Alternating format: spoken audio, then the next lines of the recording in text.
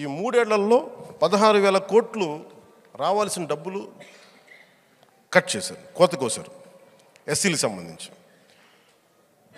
అలాగే ఈ 3 ఏళ్లలో 4,000 కోట్లు ఎస్టీలకు రాకుండా చేశారు.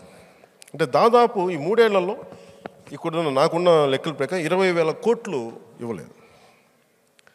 కానీ దేనికి చాలాసార్లు విదేశ విద్య మనకి పథకం, అంబేద్కర్ విదేశ విద్యా పథకం కింద విదేశాలకు వెళ్ళి సంవత్సరానికి 2 సంవత్సరాల క్రితం టీడీపీ టైంలో వెళ్ళిపోయిన విద్యార్థులకి సెకండ్ ఇయర్ థర్డ్ ఇయర్ వచ్చినప్పటికి వాళ్ళకి ఫండ్స్ రావట్లా.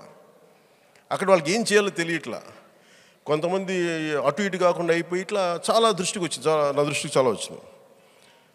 ఏంటంటే మా దగ్గర నిధులు లేవు అని. ఇక్కడ ఉన్నది, ఇక్కడేమో 20,000 కోట్లు వీళ్ళకి రావాల్సింది, మనకి రావాల్సింది.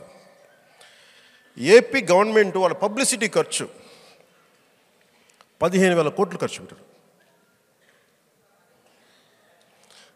అలాగే స్కూళ్ళకి, గవర్నమెంట్ ఆఫీసులకి వైసీపీ పార్టీ రంగులు వేసినందుకు 4,500 కోట్లు ఖర్చు పెట్టారు.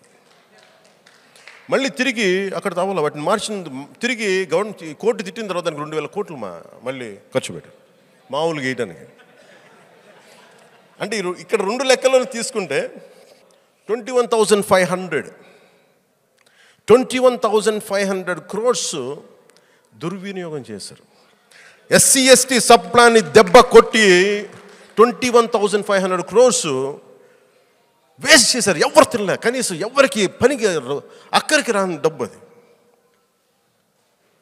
ఇదే 20,000 కోట్లు మీరు ఊహించుకోండి. ఎంతమంది విదేశ విద్యార్థులు ఆగిపోయేవాళ్ళు కదా, ఇంకెంత ఉన్నత చదువులు చదువుకునేవాళ్ళు, ఇంకెంతమంది వ్యాపారాలు చేసుకునేవాళ్ళు, ఇంకెంతమందికి భూమి కొని ఉండొచ్చు.